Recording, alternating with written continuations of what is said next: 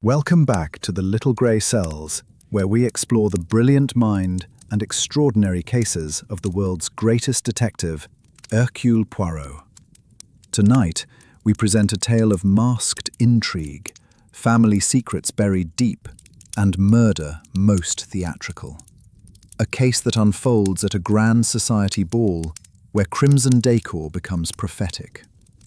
So, settle in, pour yourself a tisane, or perhaps something stronger, and let us begin. This is Murder at the Crimson Ball. The invitation arrived on a January morning in 1934, delivered by a liveried footman to my modest rooms at Queen Anne's Mansions. The card itself was a masterpiece of Art Deco design, crimson and gold, with angular geometric patterns framing the elegant script.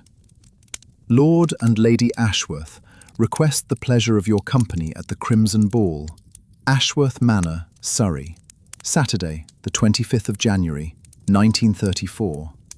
Evening dress mandatory, masks encouraged. I examined the card with some curiosity. The Ashworths were not among my usual acquaintances, though their name carried considerable weight in society circles. The accompanying note, however, clarified the matter in Lord Ashworth's own hand. Captain Hastings, I trust you remember our brief meeting at the Savoy last autumn. My wife and I would be most honoured if you and your esteemed friend, Monsieur Hercule Poirot, would attend our annual ball. The event promises to be memorable, and I confess I would value Monsieur Poirot's presence for reasons I cannot commit to paper. Please do come. I recalled the encounter now, a chance conversation during intermission at a charity gala. Lord Ashworth had struck me as intelligent but troubled, his smile never quite reaching his eyes. The cryptic reference to requiring Poirot's presence stirred my instincts. Trouble was brewing at Ashworth Manor. I found Poirot in his immaculate sitting room, arranging his collection of miniature porcelain figurines with the precision of a watchmaker. His egg-shaped head tilted thoughtfully as I presented the invitation. "Mais oui, Hastings, it is most curious," he murmured, his green eyes gleaming with interest as he examined the card. Lord Ashworth writes that he cannot commit his concerns to paper, yet he invites us to a grand social occasion. This tells Poirot much. His fingers absently stroked his magnificent moustache. If his troubles were of a personal, domestic nature, he would request a private consultation. But a ball, Hastings, with masks. This suggests the matter involves multiple persons, perhaps his guests, and that he wishes our presence to be concealed among the crowd. He anticipates trouble, but he does not know from which quarter it will come. Within the hour, I had dispatched our acceptance. Poirot spent the remainder of the day consulting his reference volumes on English aristocratic families, emerging for dinner with a thoughtful expression. The Ashworth family, he announced, has resided at the manor for 3 centuries. Their fortune comes from shipping and international trade, though recent years have seen the family's commercial empire shrinking. The current Lord Ashworth, Reginald, inherited the title 5 years ago upon his elder brother's death. A death, I note, that occurred under circumstances the newspapers described as regrettable. The brother, Edward Ashworth, was found shot in the manor's library. The coroner ruled it suicide, though whispers of scandal surrounded the affair. I set down my fork. You think there's a connection to Lord Ashworth's invitation? Poirot's eyes gleamed. I think, mon ami, that a house with secrets is like a garden with buried bodies. Eventually, something grows that attracts attention. We shall attend this crimson ball with our eyes most carefully opened. The manor materialized through the winter mist like a Gothic illustration. All turrets and crenellations, windows glowing warmly against the darkening Surrey countryside. Our motorcar crunched along the gravel drive, joining a procession of vehicles, disgorging guests in evening finery. The transformation of the manor's interior was breathtaking.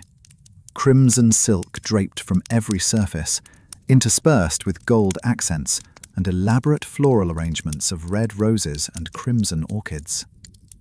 Crystal chandeliers cast dancing light across walls adorned with Art Deco mirrors and abstract geometric art. A string quartet played sophisticated jazz arrangements from a raised platform in the ballroom. Lord Ashworth greeted us in the entrance hall, his relief at our arrival palpable despite his practiced social smile. He was a tall man in his early 40s, distinguished in appearance, with greying temples and intelligent brown eyes that held shadows of worry. "Captain Hastings, Monsieur Poirot, I cannot express how grateful I am that you've come." His voice dropped to a near whisper as he guided us away from the other arriving guests. I fear I may have been overly dramatic in my invitation, but recent events have me most unsettled. Poirot's manner became instantly alert, his posture straightening like a terrier scenting game.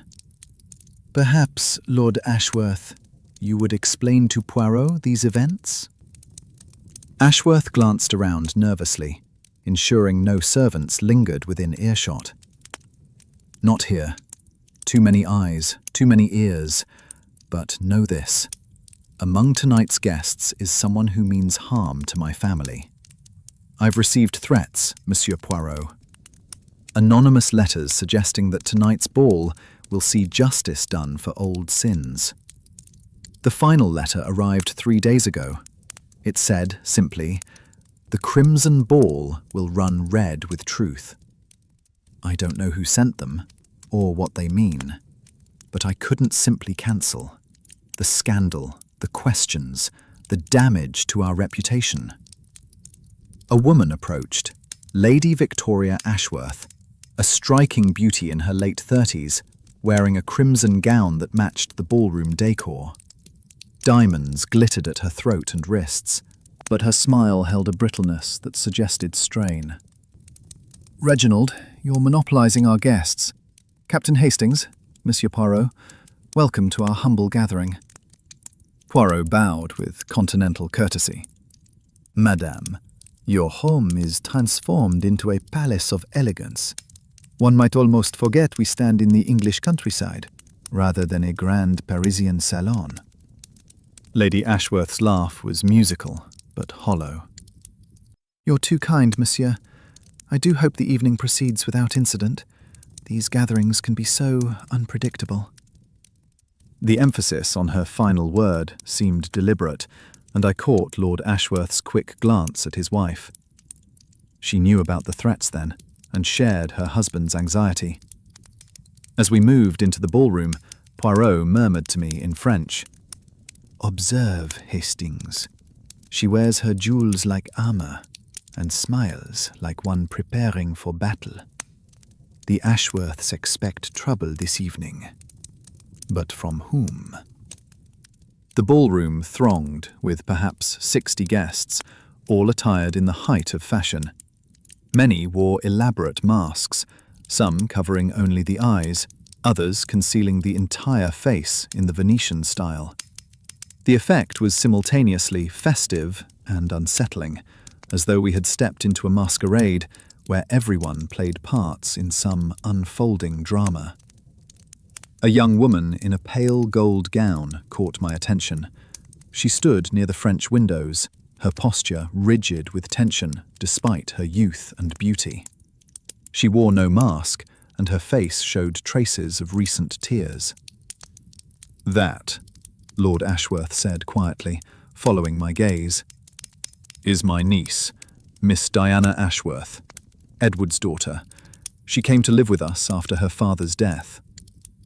Before I could inquire further, we were interrupted by the arrival of a portly gentleman in his 50s, his face florid above his white tie and tails. "Ashworth! Splendid gathering, splendid! though I must say, all this crimson is rather theatrical, what? Lord Ashworth's smile tightened. Sir Geoffrey Blackwood, may I present Captain Arthur Hastings and Monsieur Hercule Poirot. Sir Geoffrey is our local magistrate and an old family friend. Sir Geoffrey's hearty handshake nearly crushed my fingers. Delighted, delighted! Poirot, you say? The detective chappie? Read about your cases in the papers. Clever work, very clever. Though I can't imagine you'll find much detecting to do here. All perfectly respectable people, wouldn't you say, Ashworth?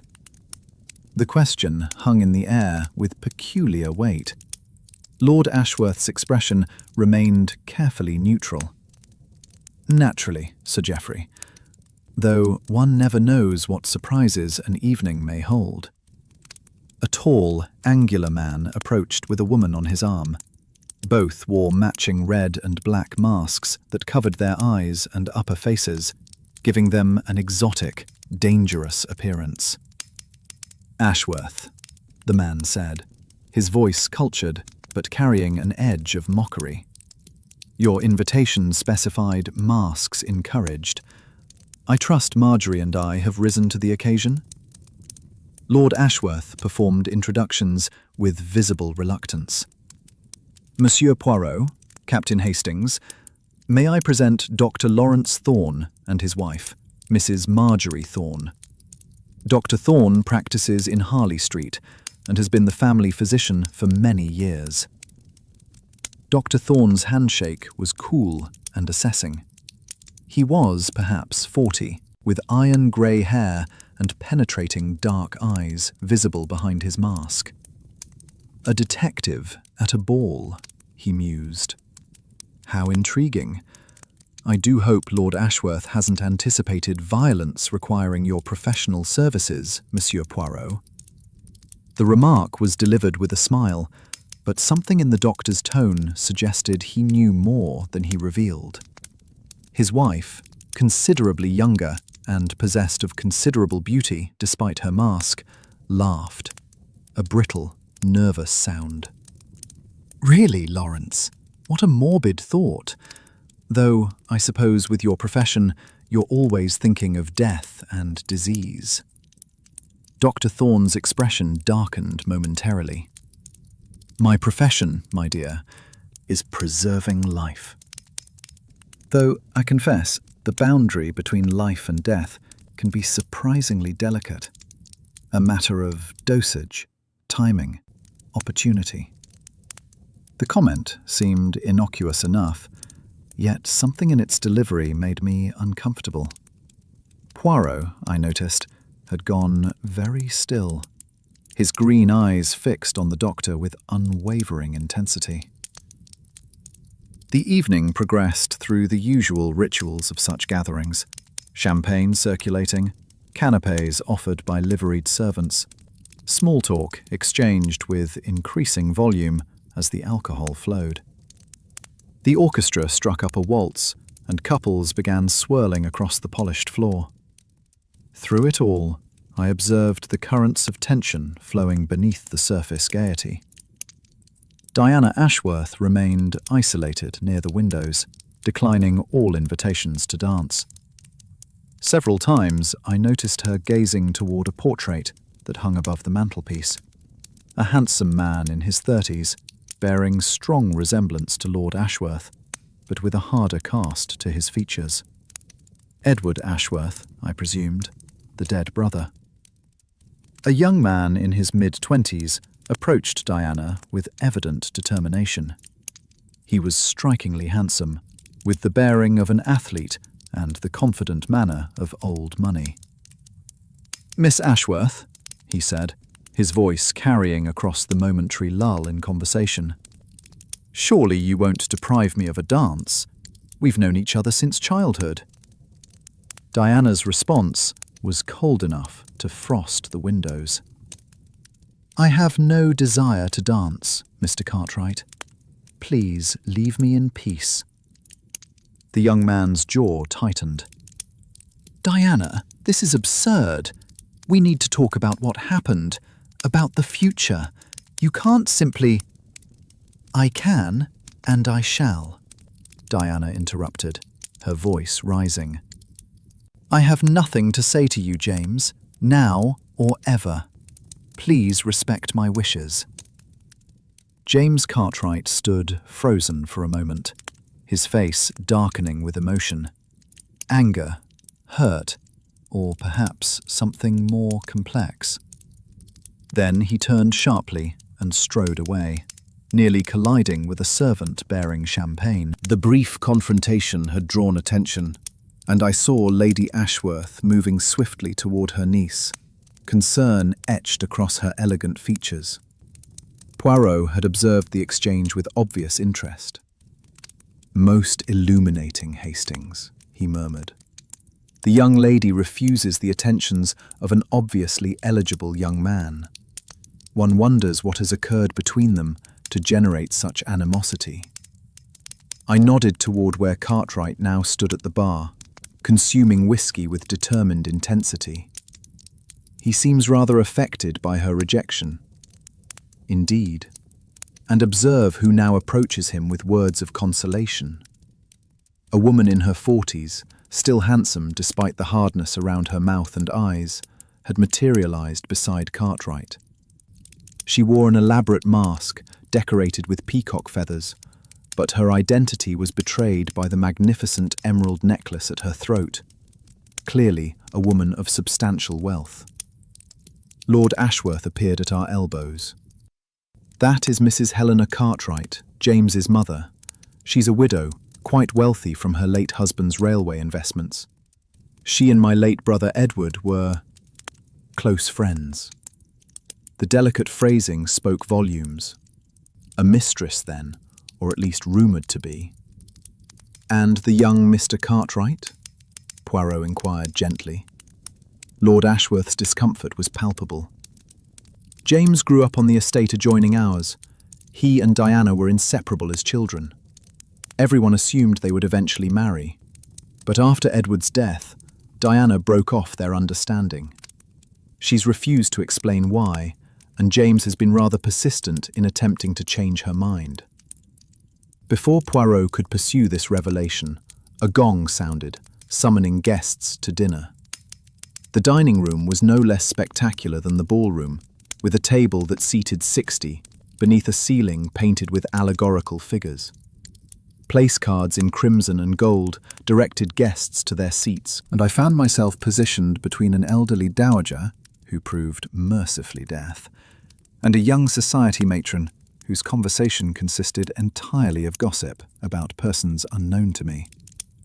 Poirot, I noted, had been placed near Lady Ashworth, while Lord Ashworth occupied the table's head, with Diana on his right and Dr. Thorne on his left. Mrs. Thorne sat further down, between James Cartwright and a pompous-looking clergyman.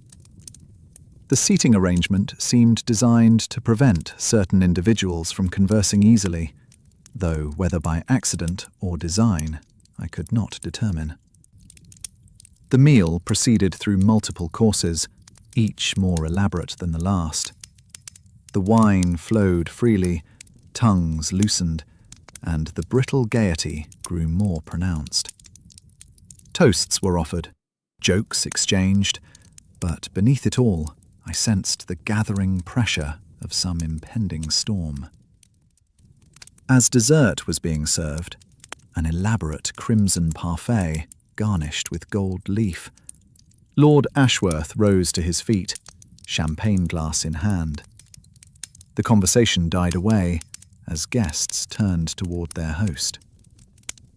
"My friends," Ashworth began, his voice steady despite the tension visible in his shoulders. "Victoria and I are honoured by your presence tonight. The Crimson Ball has been a tradition in my family for generations, and I hope it shall continue for generations to come." He paused, his gaze sweeping the assembled faces. "Traditions matter. They connect us to our past, to our history, to the actions of those who came before us. But traditions can also bind us, can they not? They can trap us in patterns established by the dead, forcing us to repeat mistakes, to honor debts we never incurred, to pay prices for sins we never committed. The words fell into a profound silence. Several guests exchanged uncomfortable glances.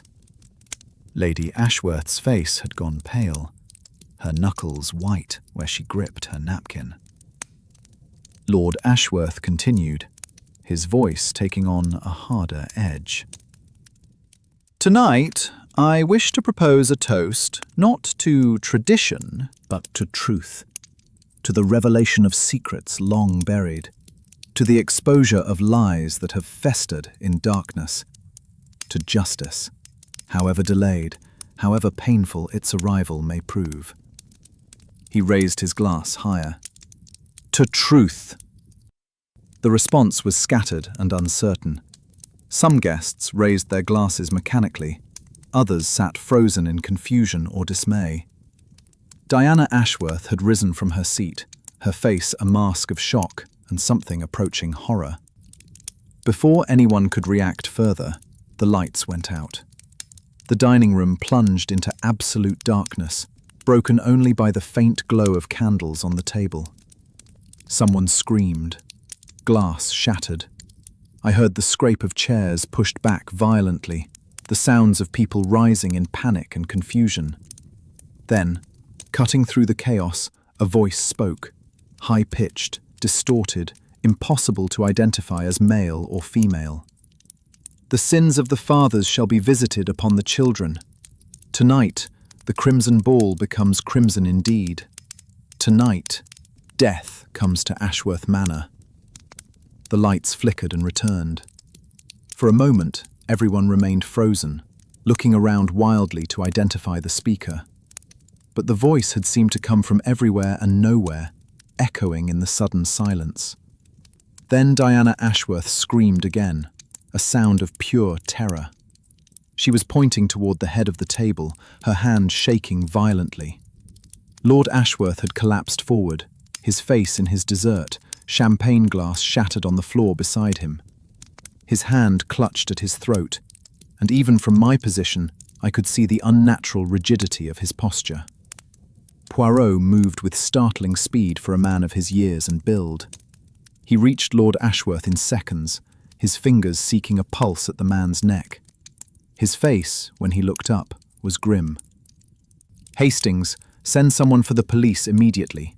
No one is to leave this room. Mesdames et messieurs, I regret to inform you that Lord Reginald Ashworth is dead. He has been murdered, and the murderer is among us in this very room." Pandemonium erupted. Lady Ashworth collapsed in her chair, sobbing. Diana stood frozen, her scream dying into shocked silence. Sir Geoffrey Blackwood lurched to his feet, his face apoplectic. "Murdered? Good God, man, are you certain? Perhaps he's merely fainted, or suffered a seizure." Dr. Thorne was already beside Poirot, examining the body with professional efficiency. After a moment, he straightened, his expression serious. "Monsieur Poirot is correct. Lord Ashworth is dead. The symptoms suggest poison, and a particularly fast-acting one. Cyanide, perhaps, or something similar. Death would have occurred within seconds of ingestion." The doctor's pronouncement sent fresh waves of panic through the assembled guests. Some rose as if to flee, others remained paralyzed with shock. Poirot raised his voice with surprising authority. "I must insist that everyone remain exactly where you are seated. Hastings, position yourself at the door. Captain, you will prevent anyone from leaving. Sir Geoffrey, as the local magistrate, I trust you will support my authority in this matter until the police arrive?" Sir Geoffrey, still visibly shaken, nodded slowly. Yes, of course. Everyone stay calm. Remain in your seats. The situation is under control." It was manifestly not under control, but the assertion of authority seemed to have the desired effect. The guests subsided into frightened murmurs, casting suspicious glances at their neighbours. I took up position by the door, as instructed, acutely aware of the weight of responsibility. One of these elegantly dressed men or women was a murderer, and they were trapped in this room with us. Poirot stood beside the body, his gaze sweeping across the assembled company with the intensity of a raptor examining potential prey. "Before we proceed further," Poirot announced, "I must ask if anyone observed Lord Ashworth eating or drinking anything that was not served generally to all guests." Silence greeted his question. Then Mrs. Thorne spoke up, her voice trembling. "He barely touched his dessert. I remember noticing because he made such a point of the toast, but then he seemed distracted, anxious even. He raised his glass, but I'm not certain he actually drank." "I saw him drink," Diana said, quietly, her voice hollow with shock. "He drank the champagne. He tilted the glass back and drained it completely, just before the lights went out. I remember thinking how unlike him it was. Uncle Reginald usually sipped champagne. He said it was barbaric to gulp good wine." Poirot's eyes gleamed. "And the lights, mademoiselle? Who controlled them?" Diana shook her head helplessly. "The switches are by the doors. Any servant could have turned them off. But why? What purpose did it serve?" "Perhaps," Poirot said softly, "to create confusion, to mask the moment of death, to provide an opportunity." He moved to examine the shattered champagne glass, kneeling with surprising grace for a man of his rotundity. His nose wrinkled, and he beckoned to Dr. Thorne. "Doctor, you will smell this, s'il vous plaît." Thorne complied, then recoiled. Almonds, the characteristic scent of cyanide. The poison was definitely in the champagne. A servant materialized at my elbow, the butler, an elderly man with impeccable bearing despite his obvious distress.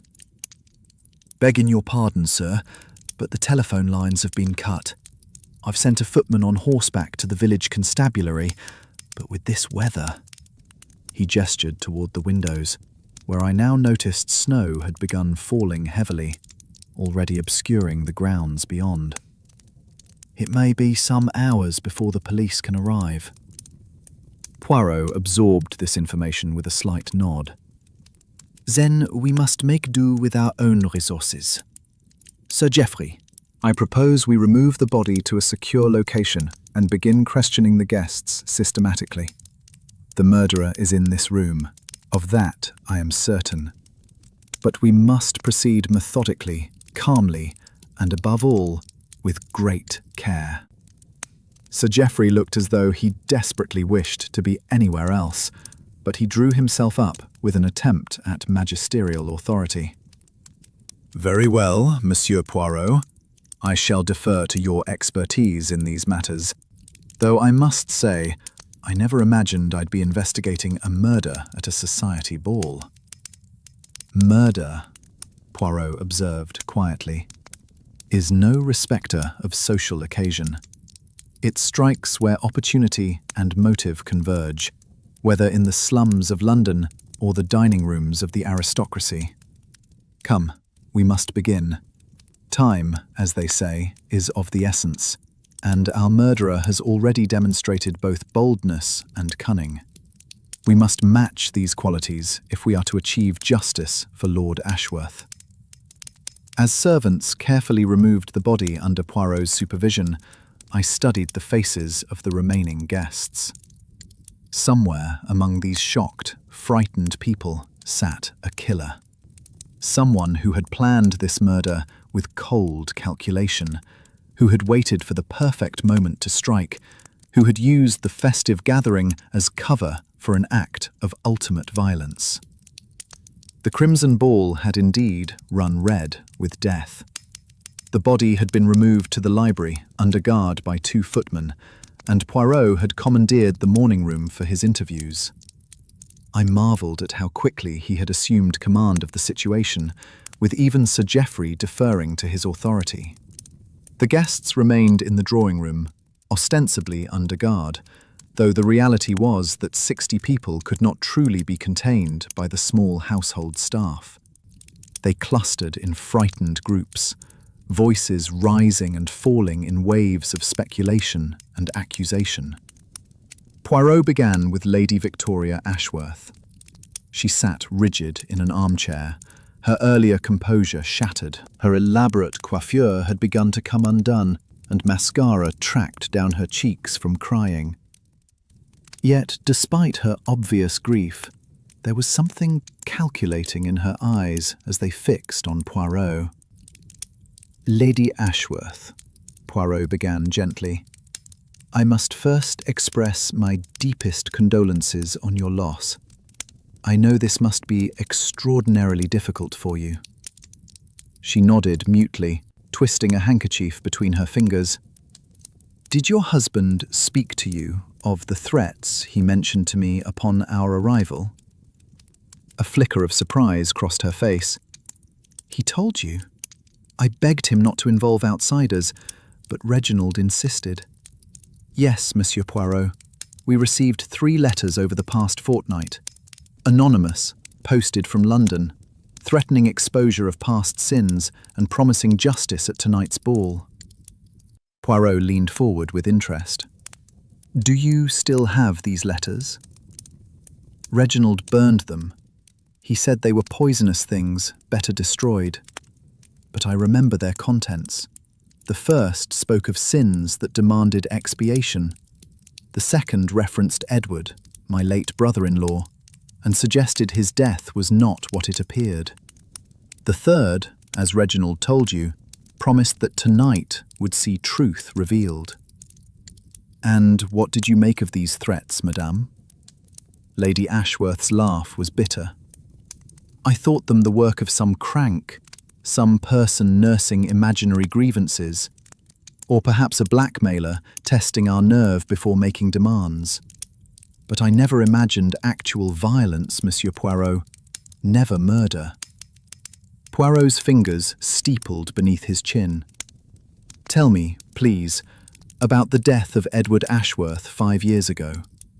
The newspapers reported suicide, but there were rumours, were there not?" Her face hardened. "Edward was a troubled man, brilliant but unstable, given to dark moods and violent impulses. He was found in the library with a pistol in his hand and a bullet through his brain.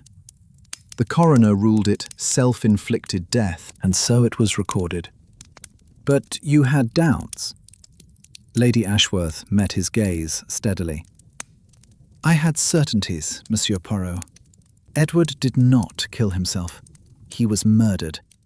But I could never prove it, and the family decided it was better to accept the official verdict than to pursue inquiries that might expose us to scandal." The admission hung in the air between them. Poirot absorbed it without visible reaction, though I knew him well enough to recognize the quickened interest in his expression. "Who do you believe killed Edward Ashworth?" "Helena Cartwright." The name emerged without hesitation, sharp as a blade. "She was his mistress for years, a relationship that became increasingly destructive. Edward was planning to end the affair, to make a respectable marriage. Helena threatened him, swore she would see him ruined rather than cast aside. 3 days later, he was found dead." "Yet no charges were brought?" "There was no proof. Helena claimed to have been in London at the time of his death. She had witnesses, alibis. The pistol bore Edward's fingerprints alone. The door was locked from the inside. It appeared impossible for anyone else to have been involved." Poirot's eyes gleamed with the light of intellectual challenge. "Ah, but Poirot has learned that the impossible is often simply the improbable wearing a convincing disguise. Tell me, who benefited from Edward's death? Lady Ashworth's expression became guarded. Reginald inherited the title and estate. Diana inherited a substantial trust fund from her father. Mrs. Cartwright was spared the humiliation of public abandonment, and she paused. I became Lady Ashworth, rather than remaining the unmarried sister-in-law living on charity. A most frank assessment, Poirot observed. And tonight, who benefits from your husband's death? Diana inherits everything under the entailment. The title, the estate, all of it. At 23, she becomes one of the wealthiest young women in England. She leaned forward suddenly, intensity replacing grief in her expression. But you must understand, Monsieur Poirot. Diana adored her uncle.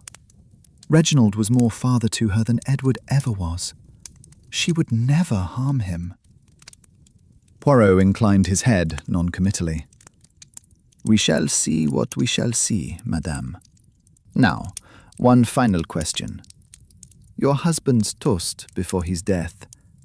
It was most unusual, was it not? Speaking of truth, of buried secrets, of justice delayed. Lady Ashworth's face crumpled. He'd decided to make a public confession. About Edward's death. About what really happened 5 years ago. He said he couldn't live with the lies any longer. That tonight he would reveal the truth regardless of the consequences. I begged him to reconsider, but his mind was made. He was going to expose the murderer during the ball, before all our guests. The implications were staggering. Lord Ashworth had effectively announced his intention to unmask a killer, and hours later, he himself lay dead. Poirot dismissed Lady Ashworth with assurances of discretion, and summoned Diana next. The young woman entered with visible reluctance, her earlier composure entirely shattered. She had been crying, her eyes red and swollen, her beautiful gown rumpled from clutching at the fabric. Yet, beneath the grief, I detected something else. A watchfulness, a calculation that seemed at odds with her youth and distress. Miss Ashworth, Poirot began with infinite gentleness. I know this evening has been a terrible shock, but I must ask you some questions that may seem intrusive or painful. You understand this is necessary? Diana nodded, sinking into the chair her aunt had vacated. I understand, Monsieur Poirot. You're trying to find who killed Uncle Reginald. Ask whatever you must. Your aunt tells me you will inherit substantially from your uncle's death. The estate, the title, considerable wealth. Diana's laugh was hollow. Yes, I inherit everything my father didn't destroy before his death. But what good is wealth when everyone you love has been taken from you? First my father, now Uncle Reginald. This family is cursed, Monsieur Poirot. Everyone who bears the Ashworth name seems destined for violent death. You believe in curses, mademoiselle? I believe in consequences. My father did terrible things, caused terrible pain. Perhaps we're all simply paying the price for his sins. Poirot's head tilted with bird-like curiosity. What terrible things, mademoiselle? Diana's hands twisted in her lap. He was cruel. To my mother before she died, to Aunt Victoria, to Mrs. Cartwright. He used people and discarded them. He accumulated debts he couldn't pay and enemies he couldn't pacify. When he died, I felt relief as much as grief. Is that wicked of me, Monsieur Poirot? It is human, mademoiselle. Now, tell me about James Cartwright. The change of subject clearly surprised her. Colour flooded her pale cheeks. What about him? You were engaged, were you not? But you broke off the understanding after your father's death. Why? Diana's jaw set stubbornly. That's my private business. Perhaps. But when murder occurs, mademoiselle, privacy becomes a luxury none can afford. I must know why you rejected young Mr. Cartwright so definitively. For a long moment, I thought she would refuse to answer. Then she exhaled shakily. Because I discovered he and his mother conspired in my father's death. I have no proof, understand. Nothing that would satisfy a court. But I know the truth in my heart. Mrs. Cartwright murdered my father, and James helped her do it. Or at least helped her conceal the crime afterward. I could never marry someone complicit in such an act, regardless of how much I once cared for him. Poirot absorbed this declaration with characteristic calm. And yet, you never came forward with these suspicions? What was the point? As I said, I have no proof. The official verdict was suicide. Aunt Victoria and Uncle Reginald wanted the matter closed. And she faltered. I couldn't bear the scandal, the public examination of my father's failings. It was easier to simply end my engagement and try to forget.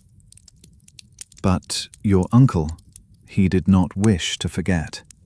Tonight he planned to reveal the truth about your father's death, did he not? Diana's eyes widened. How did you know? Your aunt informed me. Tell me, mademoiselle, did your uncle confide in you his intentions? He told me this afternoon. He said he'd lived with guilt long enough, that Edward's murderer must face justice, even if it destroyed the family's reputation. He was going to name Mrs. Cartwright publicly during the ball. Poirot leaned back, steepling his fingers. And how did you respond to this plan? Diana met his gaze steadily. I supported him, Monsieur Poirot. I wanted my father's killer exposed. I still do. Even though such exposure would inevitably harm James Cartwright, your childhood sweetheart. James made his choice when he protected his mother. He must live with the consequences, as must we all. The coldness in her voice was startling, all the more so for coming from one so young and seemingly fragile. Poirot dismissed her with thanks and sat for a long moment in silence, his green eyes distant with thought. What do you make of it, Poirot? I finally asked.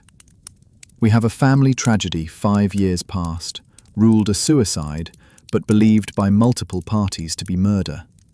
We have a man determined to expose that murder, who is himself murdered before he can speak.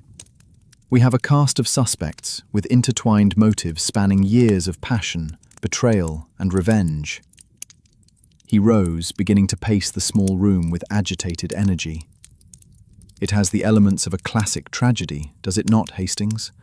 The sins of the father, the innocent suffering for crimes they did not commit, the inexorable march toward catastrophe. But beneath the theatrical surface, there is a mind at work, a calculating, patient intelligence that has waited 5 years for this opportunity. You think Edward Ashworth's murder and tonight's killing are connected? Connected?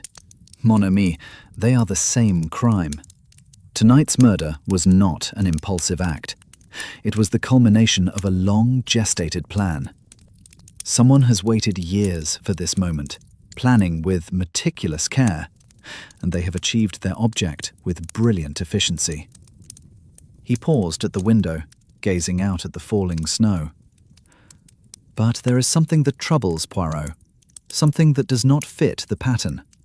The anonymous letters, the dramatic toast, the theatrical element of the lights going out. These suggest someone who wishes not merely to kill, but to perform, to make a statement, to achieve not just revenge, but vindication. Mrs. Cartwright? I suggested. Or her son? Perhaps. Or perhaps someone we have not yet considered. Someone whose presence we have overlooked in our focus on the obvious suspects. Come, Hastings. We must interview the widow Cartwright and her son. I suspect their testimony will prove most illuminating. As if summoned by our conversation, a knock sounded at the door. It opened to reveal not a Cartwright, but Dr. Thorne, his earlier mask removed to reveal a thin, intelligent face, marked by tension and something approaching anger. "Monsieur Poirot," he said without preamble, "I must speak with you immediately. I have information regarding Lord Ashworth's death that cannot wait." Poirot gestured him to a chair. "Please, Doctor, sit. You have discovered something in your examination of the body?" "Not the body, the glass. The champagne glass that held the poison." He withdrew a folded handkerchief from his pocket and carefully opened it to reveal several pieces of shattered crystal. "I took the liberty of retrieving these fragments when the servants were removing the body. I examined them in the library while awaiting my turn for interview." Poirot's eyes gleamed with interest. "And?" The cyanide was definitely in the champagne itself, not added to an empty glass or administered through some other means. But here's what's crucial. The concentration was extraordinarily high, far beyond what would be necessary to ensure death. It's as though the murderer wanted to be absolutely certain. Or perhaps... He paused, choosing his words carefully. Or perhaps the murderer wanted the death to be unmistakably murder, rather than possibly being mistaken for natural causes. "Most interesting," Poirot murmured. "And this tells you something about our murderer's state of mind?" "It suggests rage, Monsieur Poirot, or vindictiveness. A calculated poisoning typically uses the minimum dose necessary, less likelihood of detection, easier to disguise as natural death. But this? This was almost violent in its excess. The murderer wanted Lord Ashworth dead beyond any possibility of survival or resuscitation." Poirot nodded slowly. "Revenge, then, rather than simple removal of an obstacle. Our murderer hates Lord Ashworth specifically, personally.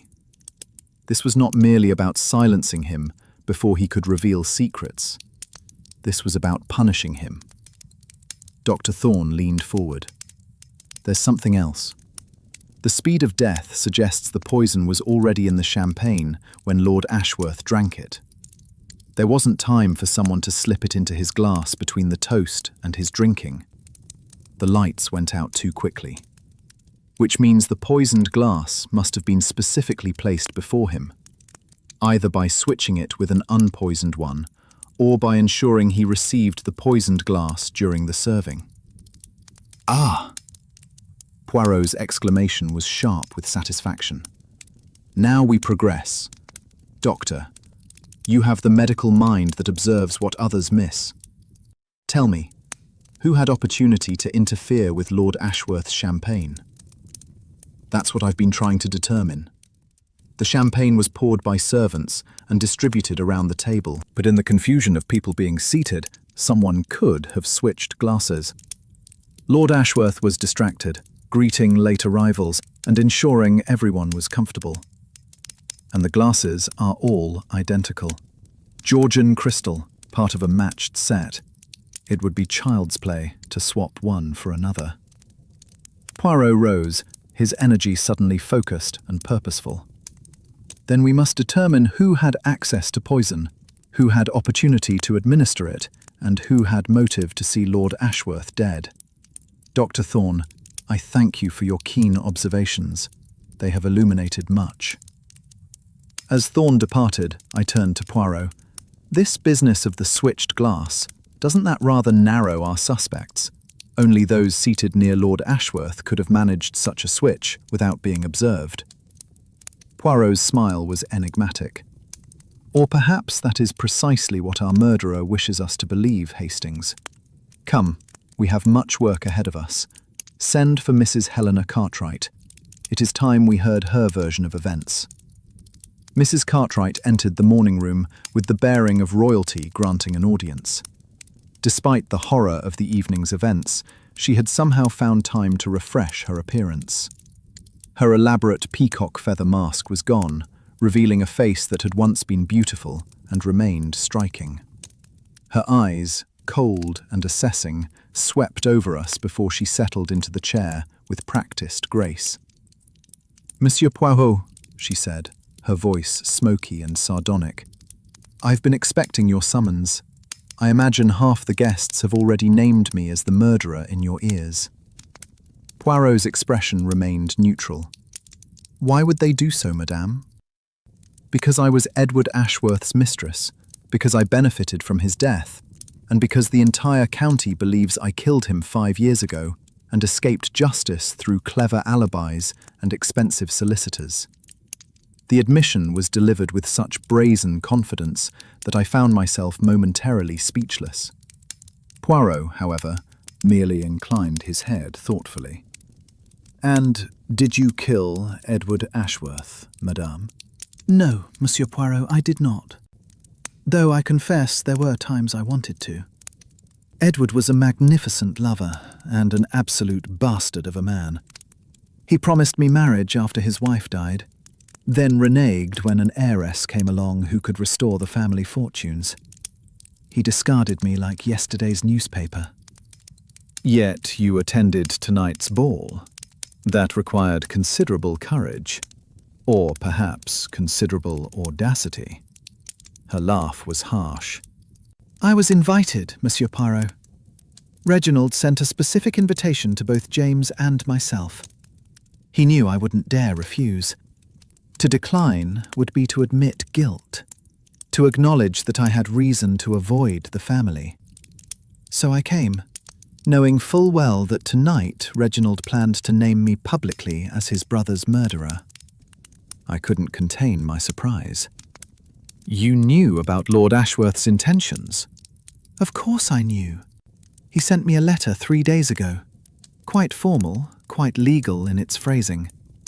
He informed me that he had evidence proving I murdered Edward, and that he intended to present this evidence to the authorities after making a public accusation tonight at the ball." Poirot leaned forward with intense interest. "And yet you came, regardless." "What choice did I have? To flee would be an admission of guilt. To absent myself would achieve nothing. He would have made his accusations whether I attended or not. At least by being present, I could confront him, demand to see this so-called evidence he claimed to possess." "And did you confront him, madame?" "I tried. I approached him just before dinner, asked to speak privately. He refused. Said everything would be revealed in its proper time, that he owed me no private explanations. The man was insufferably righteous, Monsieur Poirot. He was going to destroy my life and my son's future to satisfy some moral compunction about truth and justice." Her voice dripped with contempt. "So you had strong motive to silence him before he could speak?" Mrs. Cartwright's eyes flashed. "Of course I had motive. Half the people in that dining room had motive. But motive is not action. I did not poison Reginald Ashworth for the simple reason that I did not murder Edward Ashworth. I had no need to silence him because his supposed evidence was fabrication." Poirot studied her for a long moment. "Tell me, madame, where were you when Edward Ashworth died 5 years ago?" "In London, at the Savoy Hotel with my son. We were attending the theatre that evening, a performance of Hamlet. We had box seats, we were seen by numerous acquaintances, and we didn't return to Surrey until the following afternoon, by which time Edward was long dead. A perfect alibi, Poirot observed. Almost too perfect, one might say. Truth is often more convincing than fiction, Monsieur Poirot. I didn't kill Edward because I was physically incapable of doing so. I was 60 miles away with dozens of witnesses. And tonight? Where were you when Lord Ashworth's champagne was poisoned? Mrs. Cartwright's jaw tightened. I was in the dining room with everyone else. I sat between the vicar and some tedious society matron. I had no opportunity to poison anyone's drink. Yet you possess the knowledge to procure poison, do you not? The question seemed to surprise her. I beg your pardon? Cyanide, madame. It is not a substance readily available to most members of society, yet you are a woman of resources and connections. If one wished to obtain such a poison, how might one proceed? For the first time, Mrs. Cartwright appeared unsettled. I have no idea what you're implying, Monsieur Poirot. I know nothing of poisons beyond what any educated person might read in the newspaper. Come, madame. Your husband, the late Mr. Cartwright, owned several factories, did he not? Chemical works, if I recall correctly. Surely cyanide would have been used in various industrial processes, perhaps even stored on the premises. The colour drained from her face. How dare you! My husband's business dealings have nothing to do with tonight's tragedy. Perhaps not. Or perhaps everything. Poirot leaned back, his fingers steepled beneath his chin. Tell me one thing more, madame. Your son James and Diana Ashworth, they were engaged, were they not?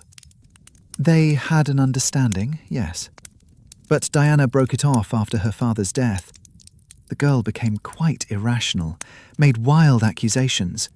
James was devastated. What manner of accusations?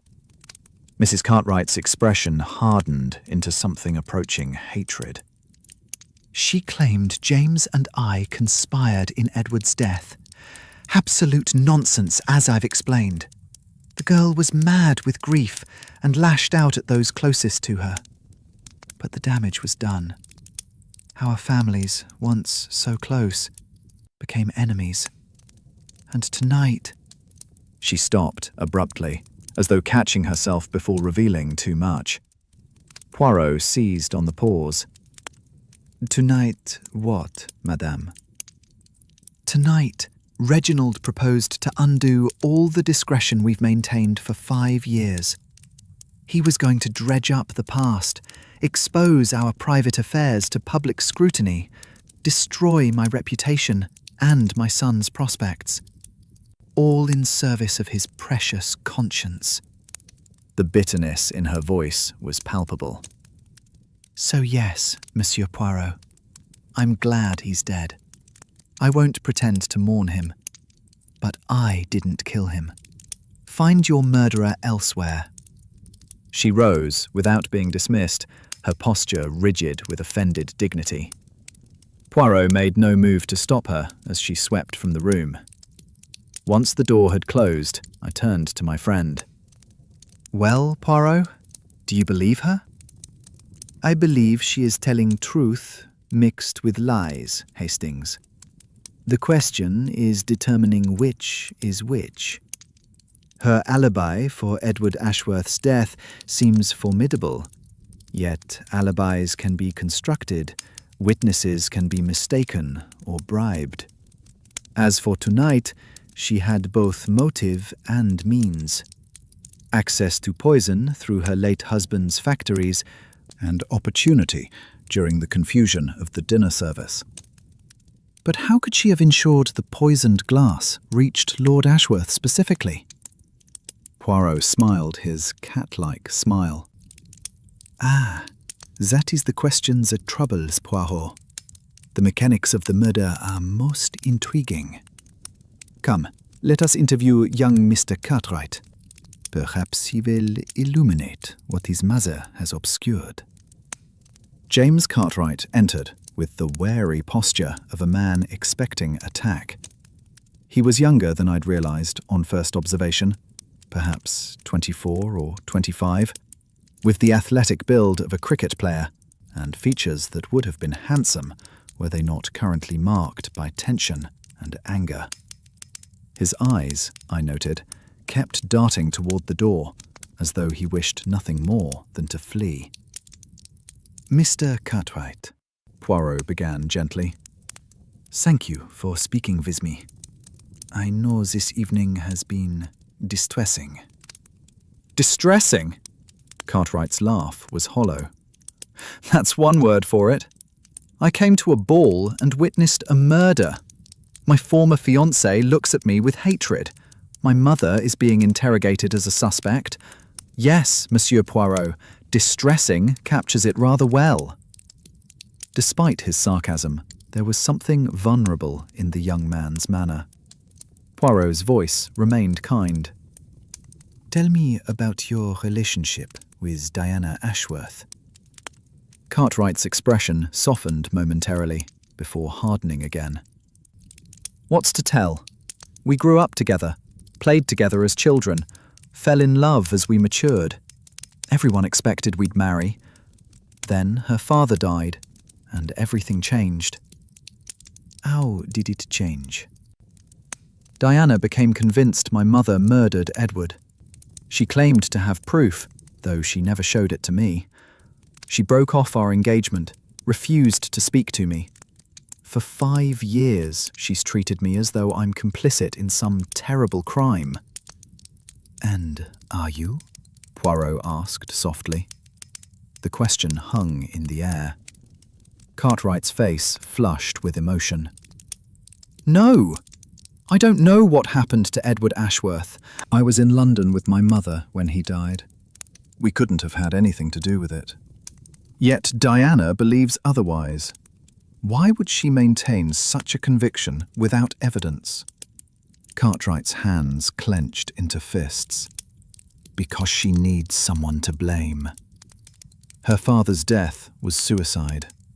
An embarrassing, shameful suicide that she can't accept.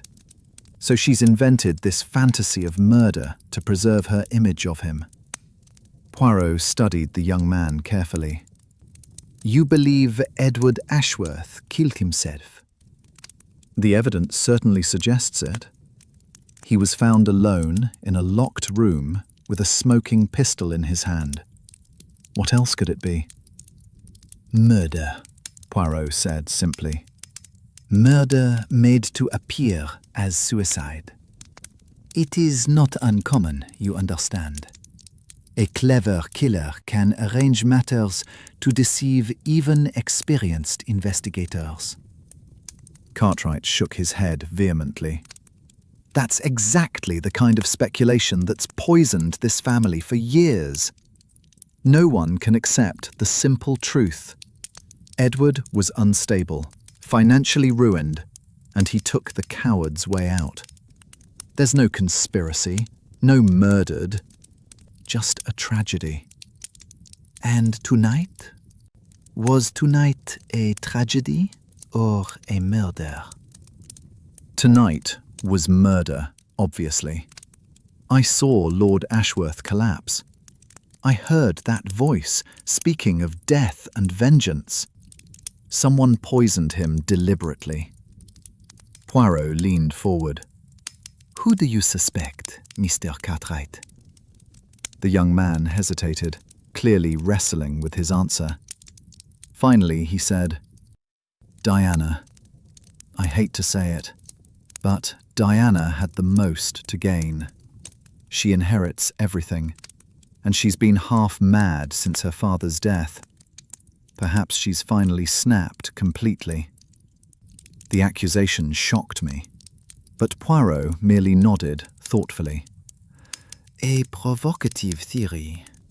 Yet, how could Miss Ashworth have poisoned her uncle's champagne without being observed?" "The same way anyone could have. During the confusion of seating, or by bribing a servant to tamper with the glass before it was filled. Diana knows this household intimately. She'd know which servants could be corrupted, which precautions to take. You seem to have considered this carefully. Cartwright's expression became defensive. I've had 5 years to think about this family's capacity for deception. Edward's death taught me that the Ashworths are capable of anything when their interests are threatened. Poirot dismissed him shortly after, and we sat in silence for several moments. Outside, the snow continued falling, and I could hear the grandfather clock in the hallway chiming midnight. The crimson ball had indeed become crimson with blood, and we were no closer to identifying the killer. "Poirot," I ventured, "what do you make of all this? We have multiple suspects, intertwined motives, and a murder method that seems impossible to execute without being observed." My friend rose and began pacing with agitated energy. "What troubles Poirot, Hastings, is the theatrical nature of the crime. The anonymous letters, the dramatic toast, the lights going out at the crucial moment. These are not the actions of someone seeking merely to kill and escape detection.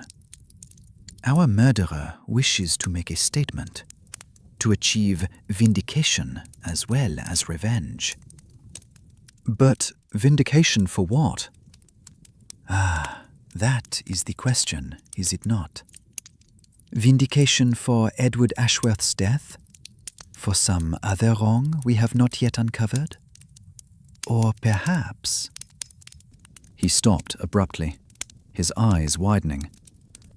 "Hastings, what if we have been looking at this from entirely the wrong direction?" "I don't follow."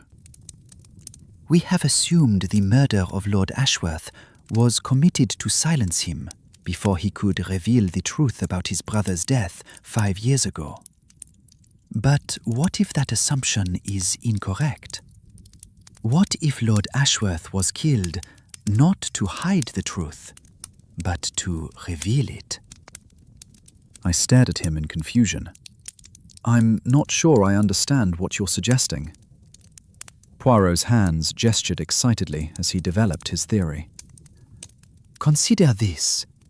Lord Ashworth announced he would expose his brother's murderer. Shortly afterward, he is himself murdered. We naturally assume the killer struck to prevent his revelation. But what if the killer wanted Lord Ashworth to make that announcement? What if the entire evening was staged to force the truth into the open? But why would a murderer want their crime exposed? Because, mon ami, perhaps they are not guilty of the crime they were accused of. Suppose someone else entirely killed Edward Ashworth, and they allowed Helena Cartwright to take the blame, knowing she had no proof of her innocence. Then, tonight, they murder Reginald in a way that points clearly to Mrs. Cartwright, thus providing the evidence that's been lacking for 5 years. The theory was brilliant, and disturbing in equal measure. You're suggesting that both brothers were killed by the same person, and that tonight's murder was designed to frame Mrs. Cartwright for both crimes? It is a possibility we must consider. After all, the poisoning tonight required planning, access to cyanide, and detailed knowledge of the evening's schedule. Who better than someone intimately familiar with both families and both households? Before I could respond, the door burst open. Sir Geoffrey Blackwood stood in the entrance, his face pale and his hands shaking. "Monsieur Poirot, you must come at once. There's been another incident. Dr. Thorne has collapsed in the library. We fear he's been poisoned as well." Poirot moved with remarkable speed, and I followed close behind as we rushed through the corridors to the library. The room had been converted into a temporary morgue for Lord Ashworth's body, which still lay on the billiard table, covered with a sheet. Dr. Thorne was collapsed on the floor nearby, his wife, Marjorie, kneeling beside him with a glass of water. But even from the doorway, I could see the telltale signs. The rigid posture, the blue tinge to the lips, the fixed stare of the eyes. Poirot knelt beside the fallen man, his fingers seeking a pulse. After a moment, he looked up and shook his head. I regret to say that Dr. Thorne has joined Lord Ashworth in death. The symptoms suggest the same poison, cyanide, administered with the same brutal efficiency. Mrs. Thorne let out a wail of anguish. He was just examining the body. He said he wanted to verify his earlier observations. I came to bring him tea, and I found him like this, gasping and clutching his throat. It happened so quickly. Poirot examined the scene with meticulous care. A tea service sat on the side table, with 2 cups and a pot of what smelled like Earl Grey. A medical bag lay open on the floor, its contents scattered as though Thorne had knocked it over in his death throes. And beside the doctor's outstretched hand lay a small glass vial, empty. Poirot carefully lifted the vial with his handkerchief, sniffing cautiously at the opening. Bitter almonds, he murmured. The poison came from this vial. But did Dr. Thorne accidentally poison himself, or did someone ensure he would drink from a contaminated source? Sir Geoffrey spluttered. Surely it must have been an accident. The man was a physician. He would know better than to ingest poison deliberately. Unless, Poirot suggested quietly, he had reason to end his own life. Or unless someone very clever ensured he would consume poison while believing he was drinking something harmless. He turned to Mrs. Thorne, who sat sobbing quietly. Madame, I must ask you difficult questions. Did your husband have any reason to take his own life? She looked up, her face a mask of grief and incomprehension. No! Lawrence was perfectly fine, perfectly healthy. He had no reason. She stopped, her expression changing to something approaching horror. Poirot noticed immediately. Madame, what is it you remember? The tea, she whispered. When I came in with the tea service, Lawrence was already drinking from his cup. He said he'd poured himself some while waiting for me, but I saw the pot was empty when I arrived. Where did the tea in his cup come from? The implication was chilling. Someone had prepared poisoned tea and left it where Dr. Thorne would find it, knowing he would drink without suspicion. Or perhaps the poison had been in the cup itself, lying in wait for whoever used it. Poirot stood, his expression grave. The situation has become more serious, Hastings. We no longer have one murderer. We have 2 murders, possibly by the same hand, within a few hours of each other. This suggests a plan of considerable scope, targeting multiple victims. But why would anyone want to kill both Lord Ashworth and Dr. Thorne? I asked. What connection exists between them? That, Poirot said grimly, is what we must discover before the murderer strikes again. Come, we must interview Mrs. Thorne more thoroughly, and we must determine who had access to this library since Lord Ashworth's body was placed here. The remainder of the night passed in a blur of interviews and investigations. Poirot questioned servants about the tea service, examined the library for clues, and pursued multiple theories with characteristic intensity. The snow continued falling, deepening into drifts that made the roads impassable and isolating us completely at the manor. Dawn found us still working, the guests confined to their rooms under guard, and 2 bodies lying in the library. As pale winter light began filtering through the windows, Poirot finally paused in his investigations. His usually immaculate appearance showed signs of wear. His moustache slightly drooped, his collar wilted, his eyes shadowed with fatigue. Yet his mind remained sharp, his focus undimmed.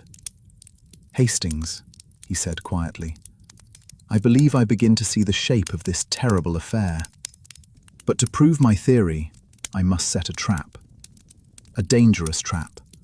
One that places at risk both my reputation and possibly our lives. What do you need me to do? I asked without hesitation. He smiled slightly, that expression of affection he reserved for moments when my loyalty pleased him. For now, simply trust Poirot. We shall gather all the guests this afternoon in the ballroom, and there, before all assembled, the truth shall finally be revealed. The ballroom, scene of such recent gaiety, now had the atmosphere of a courtroom. Poirot had insisted that all guests assemble at 3 o'clock, despite protests from several who wished to attempt departure despite the still impassable roads. They sat in chairs, arranged in a semicircle, their faces reflecting exhaustion, fear, and, in some cases, barely concealed hostility. The two bodies remained in the library, awaiting the police, who had finally been contacted via a messenger on horseback, who had fought through the snow-choked roads. But Poirot had insisted on revealing his solution before the authorities arrived, claiming that delay would allow the murderer to establish false narratives. I stood near the door, watching the assembled suspects. Lady Ashworth sat rigid and pale, her earlier composure entirely shattered. Diana clutched her aunt's hand, her young face aged by grief and shock. Mrs. Cartwright had positioned herself as far from the Ashworth family as possible, her son James standing protectively beside her. Sir Geoffrey occupied an armchair near the fireplace, looking as though he wished to be anywhere else. Mrs. Thorne, now Widow Thorne, sat alone, still wearing her black mourning dress hastily procured from Lady Ashworth's wardrobe. The other guests filled the remaining seats, all watching Poirot with varying degrees of anticipation and dread. Poirot stood before the fireplace, his hands clasped behind his back, his green eyes sweeping across the assembled company. When he spoke, his voice carried clearly through the silent room. Ladies and gentlemen, I stand before you as the bearer of terrible truths. Tonight, I shall reveal not one murder, but two, and show how they connect to a third, a death that occurred 5 years ago and was falsely recorded as suicide. A murmur ran through the crowd. Diana half rose from her seat, but Lady Ashworth pulled her back down. Poirot continued.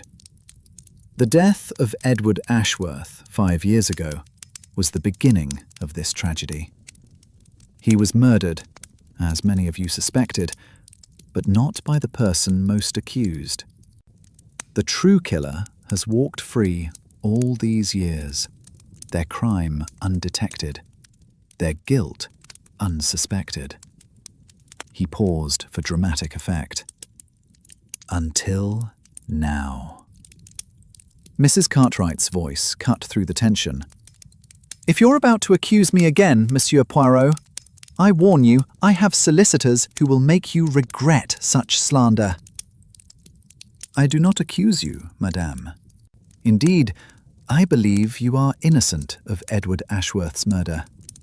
Your alibi for that night was genuine and unbreakable. You were in London, far from the scene of the crime.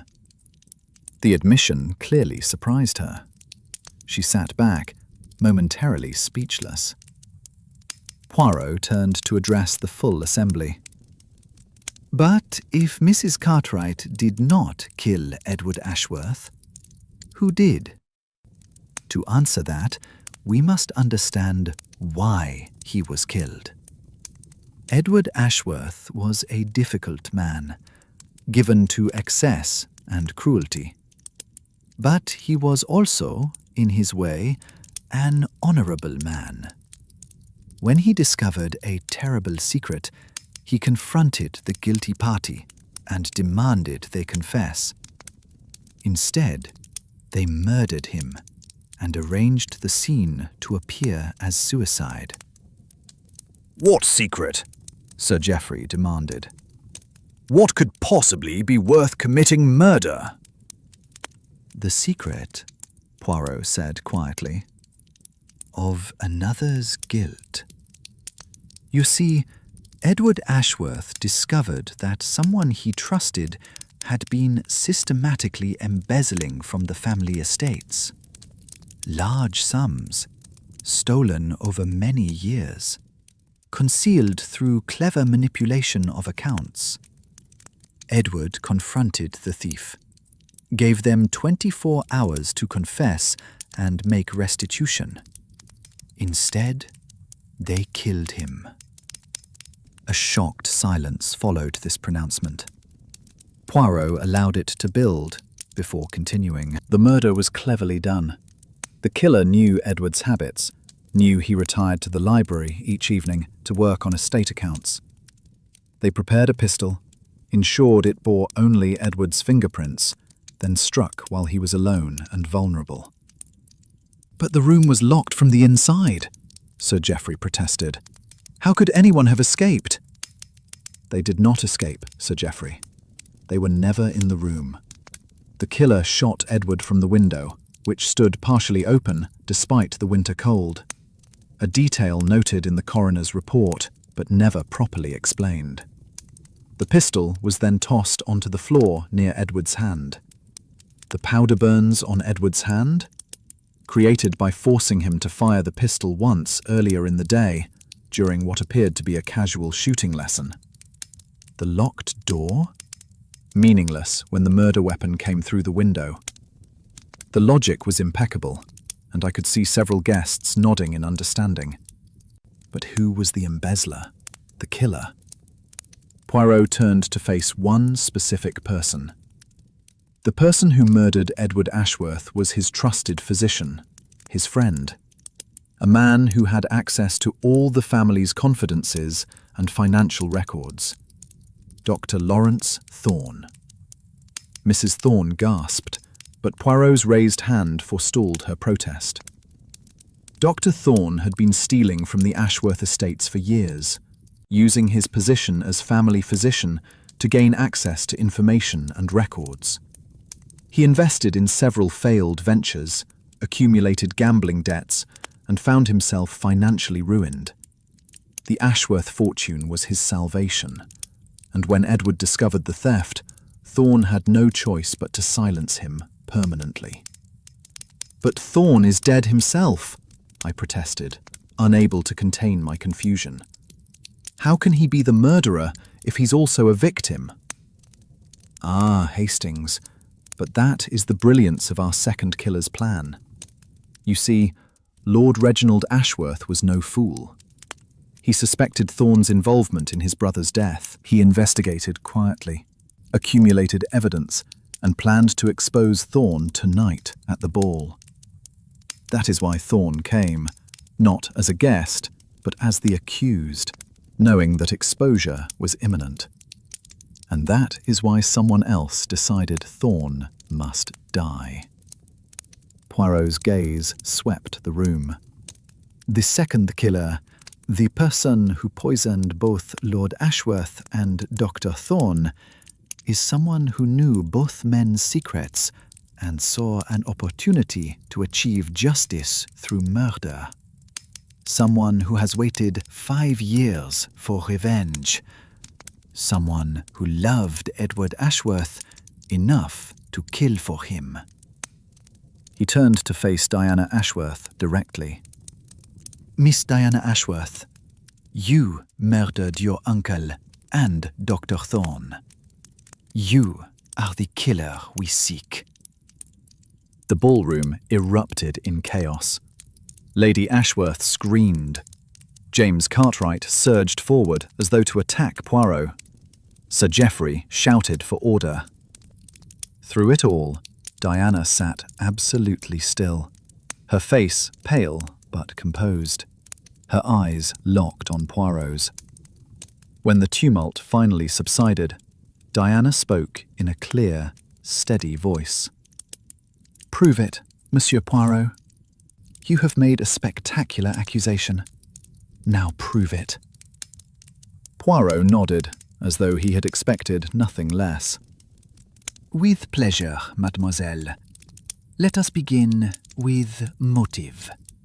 You discovered months ago that Dr. Thorne killed your father. Perhaps you found evidence Edward had compiled, or perhaps you conducted your own investigation. Regardless, you knew the truth, and you also knew proving it would be nearly impossible. The original crime was 5 years old, the physical evidence long since destroyed or dispersed. He began pacing as he spoke, his words building momentum. But you are a patient young woman, a clever young woman. You waited for an opportunity, and when your uncle announced his intention to expose murderer, you saw your chance.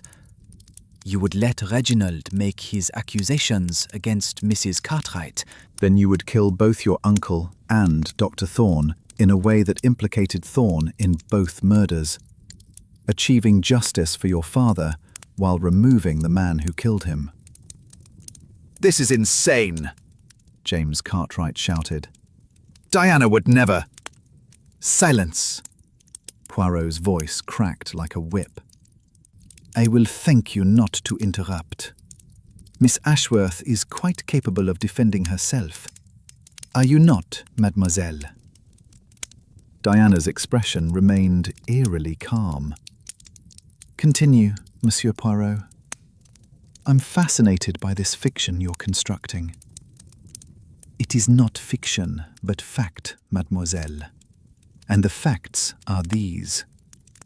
You had access to cyanide through your father's chemical laboratory, which remained locked and undisturbed after his death. You kept the key. Lady Ashworth confirmed this when I questioned her earlier. You had opportunity to poison your uncle's champagne, being seated close enough during the confusion of dinner to switch glasses. And you had the perfect motive, revenge for your father's murder. He moved closer to her, his voice becoming gentle, almost compassionate. But your plan required one more element. You needed to ensure Dr. Thorne would also die, and in a way that suggested his guilt. So you prepared the poisoned tea, left it in the library, where you knew Thorne would be examining your uncle's body. You expected him to drink, to die, and for the evidence to point clearly to him as a murderer who took his own life in remorse. Diana's composure finally cracked. Tears began streaming down her face, but her voice remained steady. You're wrong about one thing, Monsieur Poirot. I didn't plan for my uncle to die. The admission hung in the air. Poirot tilted his head, listening intently. Diana continued, her words tumbling out in a rush. I only wanted Thorne dead. I've known for months that he killed my father. I found papers in my father's study, hidden behind a loose panel in his desk. Bank statements showing the thefts, a letter to our solicitor detailing his suspicions, even a draft of the confrontation he planned to have with Thorne. My father knew someone was stealing from us, and he'd identified Thorne as the culprit. She drew a shuddering breath. But before he could act, he was murdered. The letter was never sent. The evidence remained hidden. And Thorne walked free, attending dinners at this house, smiling and pretending friendship, while carrying my father's blood on his hands. So you waited, Poirot said softly. You waited for the perfect opportunity to exact revenge. I waited, Diana confirmed. And when Uncle Reginald told me he planned to expose my father's murderer, I thought he meant Thorne. I thought he'd discovered the same evidence I had. I encouraged him, supported his plan to make a public accusation. But then, the afternoon of the ball, he told me he was going to name Mrs. Cartwright. Her voice broke slightly. I tried to dissuade him. I showed him the papers I'd found, tried to explain that Thorn was the real killer. But he dismissed them, said the evidence was circumstantial, that Mrs. Cartwright was the obvious suspect, that exposing Thorn would take more time. He was so determined to have his moment of moral triumph that he wouldn't listen to reason. "And so you decided to act," Poirot said. Diana's eyes hardened. "I decided justice mattered more than family. Yes, I prepared the cyanide. Yes, I brought it to the ball. But I only intended to poison Thorn. I planned to slip it into his drink during the evening, to let him die knowing that I knew that my father's daughter had avenged him."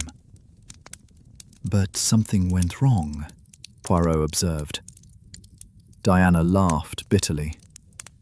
"Everything went wrong. The champagne glasses were distributed by servants. I'd bribed one to ensure the poisoned glass went to Thorn, who was seated at the head table. But in the confusion of seating, the glasses got mixed up. The servant apologized afterward. She gave the wrong glass to the wrong person. By the time I realized what had happened, my uncle was already drinking. Lady Ashworth let out a sob of anguish. Diana turned to her aunt, her expression agonized. "I tried to stop him. You saw me, Aunt Victoria. I jumped up. I reached toward him. But I was too late. He drank, and then the lights went out, and then—" Her composure finally shattered completely. She buried her face in her hands, sobbing. "I killed him. I killed the one person who loved me like a father. I killed Uncle Reginald through my own arrogance and impatience." Poirot's voice remained gentle. "And Dr. Thorn?" Diana looked up, her face streaked with tears, but her voice steadying. "After Uncle Reginald died, after I realized what I'd done, I knew I had to complete what I'd started. Thorn was still alive, still unpunished. If my uncle had to die for my mistake, at least I could ensure his brother's murderer didn't escape. So, yes, I prepared the poisoned tea. I left it in the library, knowing Thorn's medical curiosity would keep him there examining the body. And I made sure he'd drink it before anyone could stop him." You murdered 2 men, Sir Geoffrey said, hoarsely. One by terrible accident, one with cold premeditation. "I avenged my father," Diana corrected, her voice taking on an edge of defiance despite her tears. "Yes, I'm a murderer. Yes, I'll hang for it. But Dr. Thorn is dead, and the world is better for his absence. My only regret is that Uncle Reginald paid the price for my justice." Poirot studied her for a long moment. "Tell me, mademoiselle, how did you know with such certainty that Dr. Thorn murdered your father? The evidence you described is suggestive, but not conclusive. Many people had access to the estate accounts. Many people could have embezzled funds. What made you so certain Thorn was the killer?" For the first time, something flickered in Diana's expression. Uncertainty, perhaps, or realization that she'd missed something. "The papers," she said slowly. My father's papers named Thorn explicitly. "May I see these papers?" Diana's hesitation was telling. "They're in my room, locked in my jewellery box." "Hastings," Poirot said quietly. "Please accompany Miss Ashworth to retrieve these papers. Sir Geoffrey, you will come as well to ensure proper chain of custody." We returned 20 minutes later, Diana pale and shaking. She carried a small leather portfolio, which she handed to Poirot with trembling fingers. He opened it, spreading the contents on a nearby table for all to see. Bank statements, certainly. Letter drafts, correspondence with solicitors, personal notes. But as Poirot examined each document carefully, his expression grew increasingly troubled. Finally, he looked up at Diana. Mademoiselle, these documents are forgeries. Clever forgeries, created by someone with access to your father's handwriting and estate records, but forgeries nonetheless. Diana staggered as though struck. That's impossible. I found them in my father's desk, behind a loose panel, Poirot finished. A panel that someone else could easily have accessed. Someone who knew of its existence and used it to plant false evidence. Tell me, who else knew about this hiding place? Diana's voice was barely audible. Uncle Reginald.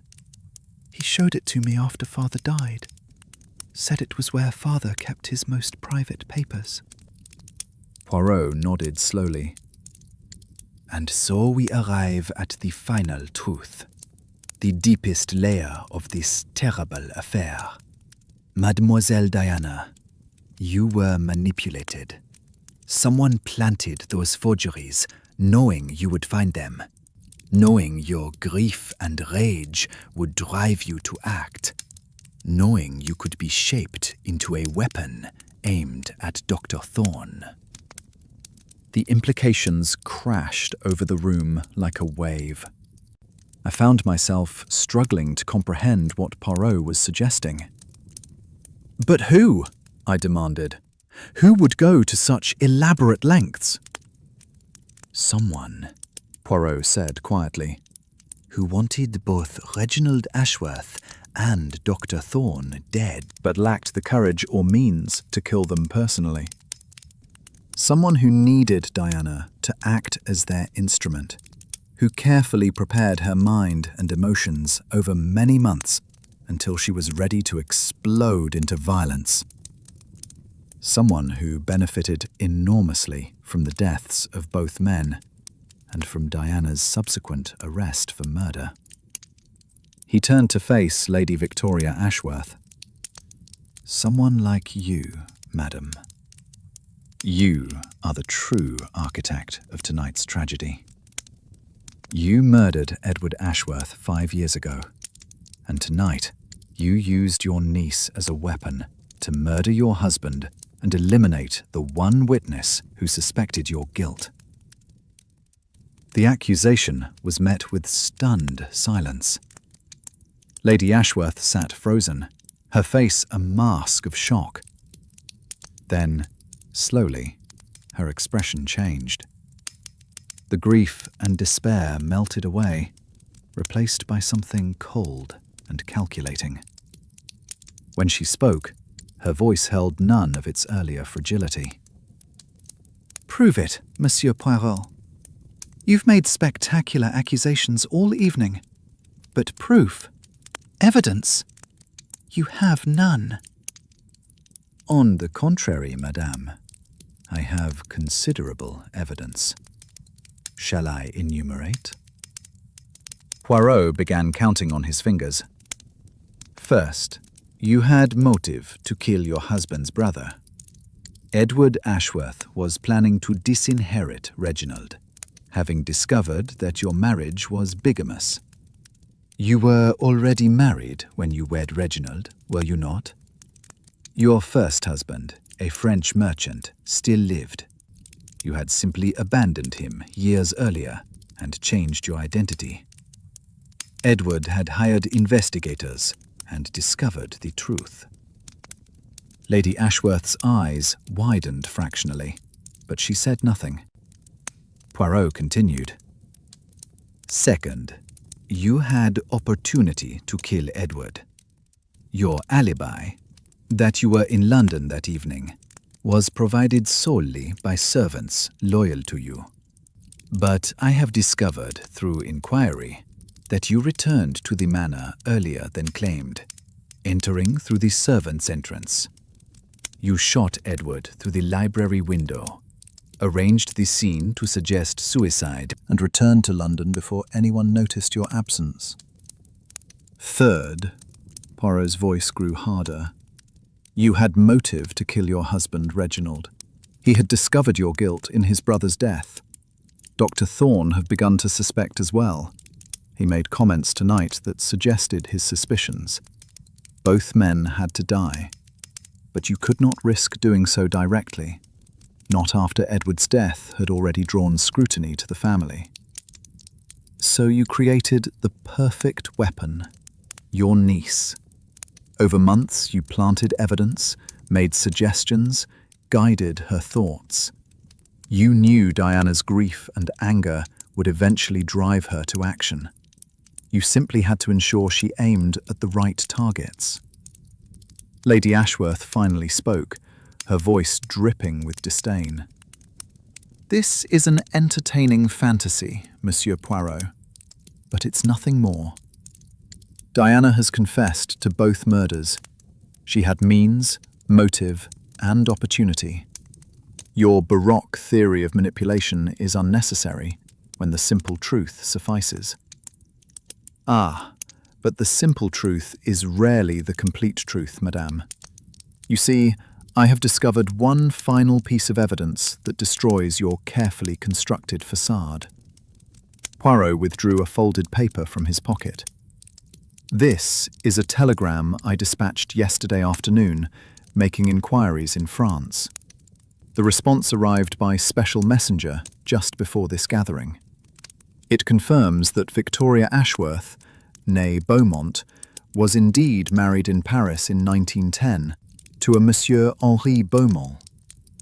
Monsieur Beaumont was reported dead in 1913, but these reports were fabricated. He is in fact alive and well, living in Lyon. Your marriage to Reginald Ashworth was therefore null, and his entire estate would have reverted to Diana upon his death. Unless, of course, you could arrange for Diana to be convicted of his murder. The colour drained from Lady Ashworth's face. Around the room, shocked whispers spread as people absorbed the implications. You see, Poirot continued relentlessly, you needed Reginald dead to prevent him from exposing your bigamy and annulling your marriage. You needed Thorne dead because he suspected your role in Edward's death. And you needed Diana discredited or eliminated because she was the true heir to the estate you had lived as mistress of for 5 years. 3 deaths, Edward's, Reginald's, and Thorne's, and the destruction of Diana's life, all to preserve your position and wealth. Lady Ashworth rose slowly, her composure cracking. You can't prove any of this. It's all speculation, theory, fantasy. Diana has confessed. The case is closed. Diana confessed to crimes she believed she committed, Poirot said. But the poisoned glass that killed Reginald did not go to Dr. Thorne by accident. You ensured it went to your husband, then told Diana afterward that there had been a mistake, that the servant had mixed up the glasses. Diana believed you because she trusted you, because you had spent months cultivating that trust. And the tea that killed Thorne? Lady Ashworth's voice rose to near hysteria. Are you suggesting I prepared that as well? No, madame. Diana prepared that tea, exactly as she claimed. But she did so because you guided her to it, suggested it, made it seem like her own idea. You are a puppet master, madame, pulling strings while keeping your own hands clean. Sir Geoffrey had risen, his face reflecting the horror and fascination of the assembled guests. Lady Ashworth, these are grave accusations. If you have explanation or defence, speak now. For a long moment, Lady Ashworth stood silent, her face working through a cascade of emotions. Then, suddenly, she laughed. A harsh, bitter sound, utterly at odds with her elegant appearance. Explanation? Defense? Very well, Monsieur Poirot. You want truth? I'll give you truth. She turned to face the assembled guests, her voice taking on a strange, elevated quality. Yes, I killed Edward Ashworth. The man was a monster who destroyed every life he touched. He used people as playthings, crushed their spirits, and discarded them without remorse. My first husband was a drunkard and a brute. I was 15 when my family forced me to marry him. I fled, changed my name, rebuilt my life. Was that a crime worthy of exposure and ruin? Edward discovered my secret and threatened me with public humiliation. He said he'd ensure I lost everything unless I became his mistress, his plaything. So yes, I killed him. I shot him through that library window and felt nothing but relief as I watched him die. Diana let out a sound of anguish, but Lady Ashworth continued, her voice rising. And Reginald? He was weak, vacillating, consumed by guilt over crimes he didn't even commit. When he discovered my involvement in Edward's death, he couldn't decide whether to expose me or protect the family name. His indecision would have destroyed us all. So yes, I arranged his death. I used Diana because she was convenient, malleable, and expendable. The words struck Diana like physical blows. She collapsed back into her chair, sobbing. Lady Ashworth turned back to Poirot, her expression defiant.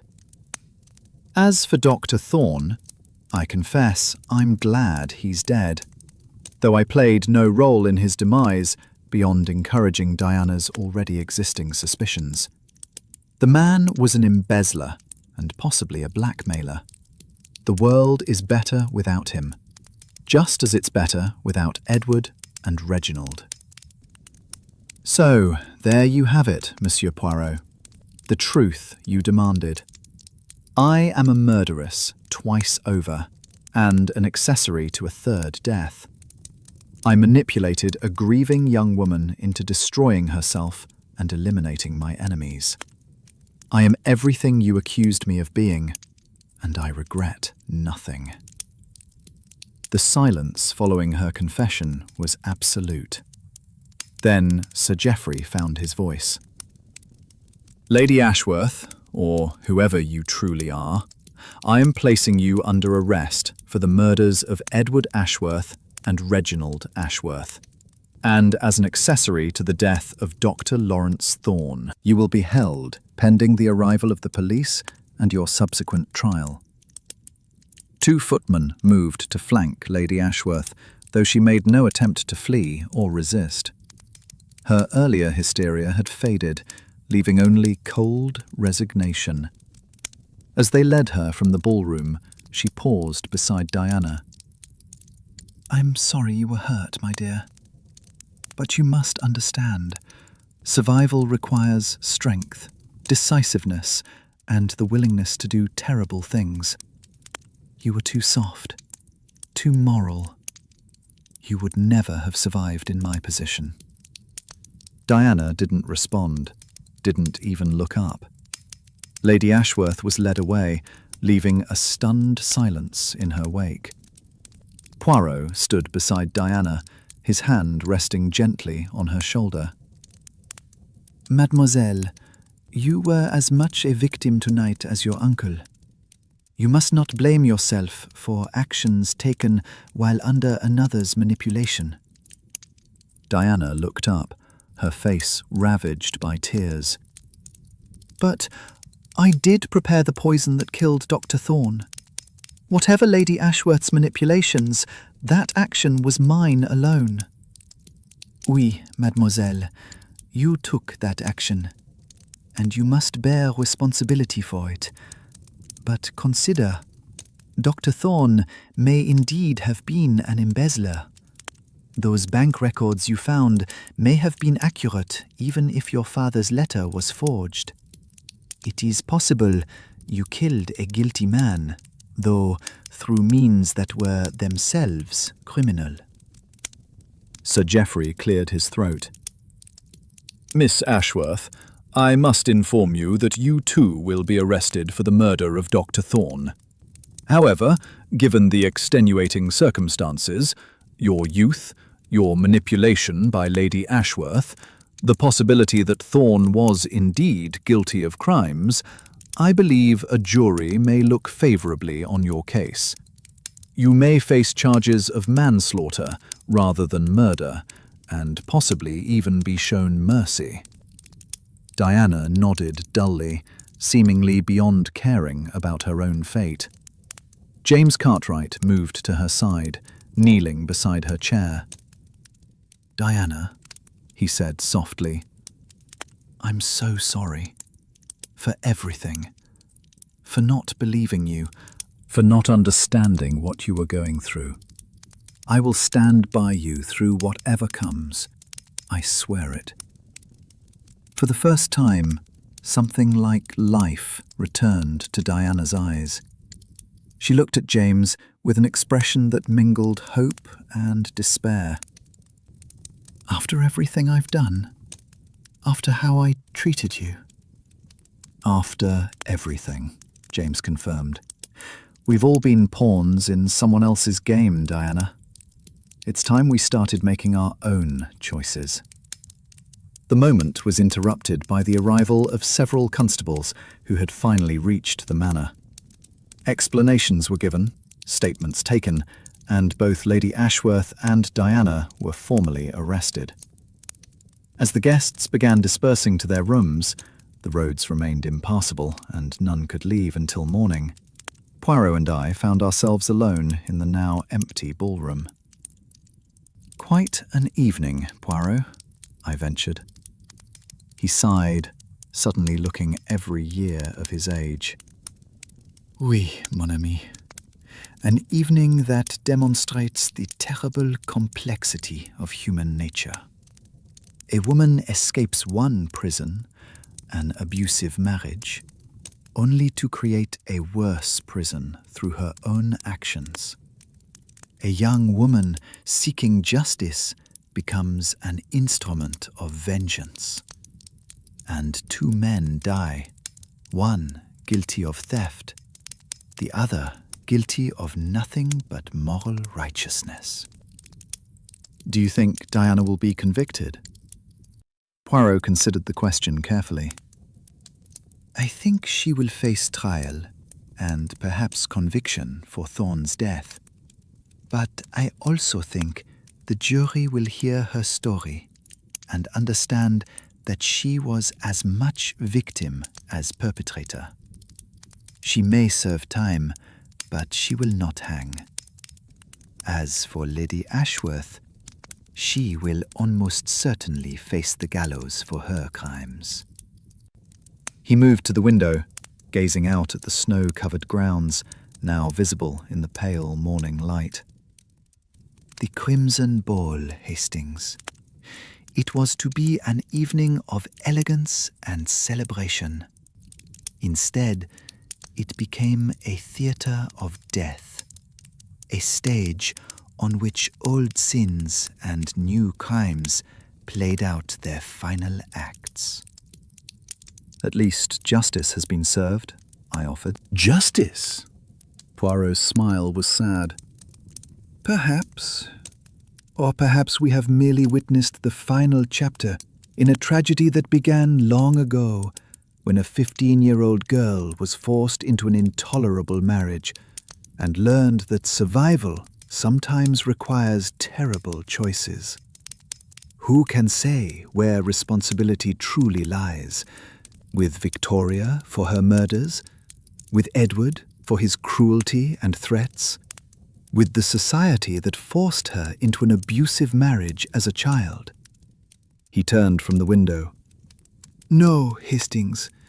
Tonight we have witnessed not justice, but consequences. the inevitable working out of choices made long ago under circumstances we can barely imagine. And we are left with questions rather than answers, doubts rather than certainties. We stood in silence for a moment, contemplating the events of the night. Then Poirot stirred, his characteristic energy returning. "But come, mon ami, we have done what we could. The police have their suspects, the guilty have been exposed. Now we must leave this place of shadows and return to London, to sunlight and sanity." As we departed Ashworth Manor later that morning, the snow had finally stopped falling. The Crimson Ball was over, leaving in its wake 3 bodies, 2 arrests, and the shattered remnants of a family destroyed by secrets and lies. I looked back once at the imposing manor, its Gothic architecture stark against the winter sky, and wondered what ghosts would haunt its halls in the years to come. Poirot seemed to sense my thoughts. "Do not dwell on it, Hastings," he advised gently. "We cannot undo what has been done. We can only hope that truth, however painful, brings some measure of peace to those who remain." 3 months later, I read in the newspapers that Lady Victoria Ashworth had been found guilty of murder and sentenced to death. Diana Ashworth received a conviction for manslaughter, but was released on probation given her youth and the circumstances of her manipulation. The Ashworth estate passed to a distant cousin, The manor itself sold to cover debts and legal fees. And as for James Cartwright and Diana Ashworth, the papers reported, some years later, a quiet wedding in a small parish church. 2 people scarred by tragedy, but determined to forge something better from the ruins of the past. Poirot kept the invitation from the Crimson Ball in his files, a reminder of one of his most complex and troubling cases. Sometimes, late at night, over brandy, he would take it out and study it, his green eyes distant with memory. "The Crimson Ball," he would murmur. "It ran red indeed, Hastings. Red with blood, with lies, with the terrible consequences of choices made in desperation and darkness. We solved the mystery, yes, but did we achieve justice? That, mon ami, is a question only God can answer."